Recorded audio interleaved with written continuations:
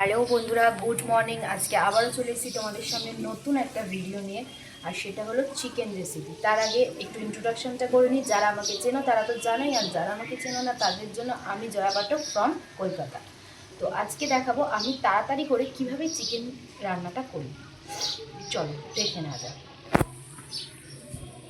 তো এখানে আমি আগে থেকেই সর্ষের তেলটা গরম করে নিয়েছি। গরম করে আমার হাতে যেহেতু একটু সময়টা কম, আজকে গেস্ট আসার আছে, তো ওই জন্য আমি একটু তাড়াতাড়ি রান্নাটা কমপ্লিট করার চেষ্টা করছি। তো আগে আমি তেল গরম করে নিয়েছি, ভালো করে সর্ষের তেল গরম করে নিয়েছি। তারপর ফোড়নে দিয়েছিলাম তেজপাতা, আর গোটা গরম মশলার মধ্যে দিয়েছিলাম এলাচ, দারচিনি আর লবঙ্গ। এই তিনটে আমি ফোড়নে দিয়েছি। তারপর ফোড়নটা একটু ভাজা ভাজা হয়ে যাওয়ার পর আমি এখানে পেঁয়াজ কুচি দিয়েছি আর টমেটো কুচি দিয়েছি।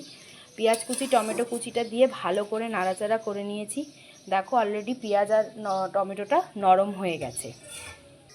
আর এখানে দেখো আমি মশলাটা রেডি করে রেখেছি। মশলা বলতে মাংসটাকে আমি ভালো করে ধুয়ে নুন, হলুদ আর সামান্য একটু ভিনিগার দিয়েছি, আর একটু কাঁচা সর্ষের তেল দিয়েছি, দিয়ে ভালো করে ম্যারিনেট করে আমি প্রায় আধা ঘন্টার মতন এটা রেখে দিয়েছি। আর এদিকে আমি আলুটাকে ভালো করে ভেজে নিয়েছি। দেখে নাও, এদিকে আমি আলুটাকে ভালো করে, মাংসের আলুটাকে ভালো করে ভেজে নিয়েছি নুন হলুদ দিয়ে। এরপর আমি মশলা বলতে এখানে করেছি পেঁয়াজ বাটা, এখানে আছে আদা বাটা, এটা রসুন বাটা, আর এটা হচ্ছে কাঁচা লঙ্কা বাটা, আর দেবো আমি একটু দই, আর সাথে অবশ্যই জল তো লাগছেই। তো চলো এবার আমি মাংসটা রান্না করি, রান্না করে তোমাদের ফাইনাল লুকসটা দেখাবো। পেঁয়াজ টমেটোটা ভাজা ভাজা হয়ে গেছে, তো এবার আমি মাংসগুলো দিয়ে দেবো। মাংসটা যে ম্যারিনেট করে রেখেছিলাম ওগুলো আমি দিয়ে দিলাম। যখন হাতের সময় কম থাকে তখন আমি এইভাবেই চিকেনটা রান্না করে থাকি। আর মাংসটা কিন্তু খুব ভালোভাবে জলটা ঝরিয়ে নিয়েছিলাম, ধুয়ে ভালোভাবে জলটা ঝরিয়ে তারপর কিন্তু আমি নুন, হলুদ, সামান্য ভিনিগার আর অল্প একটু কাঁচা সর্ষের তেল দিয়ে ম্যারিনেট করে আধা ঘন্টার মতন রেখেছিলাম। ভালো করে কিন্তু জলটা ঝরিয়ে নিতে হবে, যাতে একটুও জল না বেরায়, ম্যারিনেট করার পর যাতে একটুও জল না বেরায়।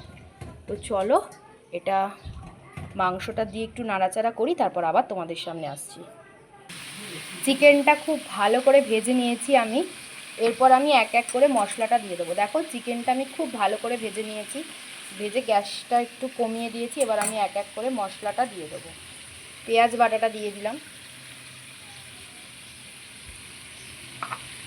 রসুন বাটাটা দিয়ে দিলাম, আর পরিমাণ মতন আদা বাটাটা আমি দিয়ে দিলাম, আর দেব কাঁচা লঙ্কা বাটা, যে যেমন ঝাল খেতে ভালোবাসো সেভাবে দেবে। আর দেবো এই যে দইটা ফাটিয়ে রেখেছিলাম, দইটা দিয়ে দিলাম। দিয়ে এবার আমি একটু ভালো করে নাড়াচাড়া করে নেবো, ভালো করে মশলাটা মিক্সড করে নিয়ে তারপর এর মধ্যে দেব পরিমাণ মতন নুন, পরিমাণ মতন হলুদ, আর সামান্য কাশ্মীরি লঙ্কার গুঁড়ো। জাস্ট কালারটা ভালো আসার জন্য দেব সামান্য কাশ্মীরি লঙ্কার গুঁড়ো। আর আমি কিন্তু এই মাংসটার মধ্যে একটুও জল দেব না, কারণ মাংসটা থেকে যেই জলটা বেরাবে সেটাতেই মাংসটা সেদ্ধ হবে। আমি কিন্তু এখানে এক্সট্রা করে কোনো জল দেব না। তো চলো মশলাটা ভালো করে মিক্সড করে আবার আসছি। এবার আমি এই মশলাটা দিয়ে দেবো, সেটা হচ্ছে নুন হলুদটা পরিমাণটা কম, কারণ আমি আগেই মাংসে নুন হলুদ মাখিয়ে রেখেছিলাম। তো নুন হলুদ, সামান্য জিরার গুঁড়ো, একটু ধনের গুঁড়ো, আর কাশ্মীরি লঙ্কার গুঁড়ো কালারটা আনার জন্য। কাশ্মীরি লঙ্কার গুঁড়োটা চাইলে তোমরা নাও দিতে পারো, আমি জাস্ট কালারটা আনার জন্য দিয়ে দিলাম। গুঁড়ো মশলাগুলো দিয়ে দিলাম, দিয়ে এবার ভালো করে মশলাটা এখন কষবে। এখন কিন্তু আমি এখানে আলু দেবো না, এখন ভালো করে মশলাটা কষবে। আমি জলও দেবো না, আমি আলুও দেবো না। চলো মশলাটা কষুক, তারপর আবার দেখাবো তোমাদের কেমন দেখতে লাগছে।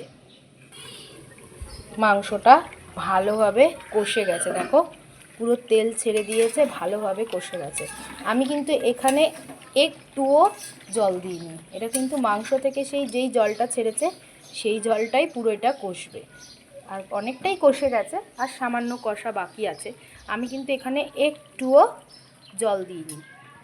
এখন আলুগুলো ছেড়ে দেবো। যাতে আলুগুলোও ভালোভাবে সিদ্ধ হয়ে যায়। ওই জন্য এখন আলুগুলো ছেড়ে দেবো। ব্যাস, আর কিছু মাংসে দেওয়ার নেই।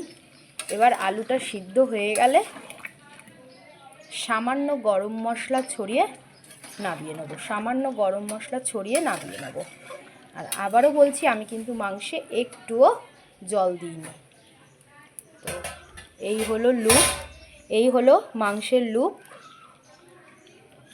এবার আলুটা একটু সিদ্ধ হবে, আর নামানোর আগে সামান্য গরম মশলার গুঁড়ো ছড়িয়ে এটাকে ভালো করে ঢেকে রাখবো।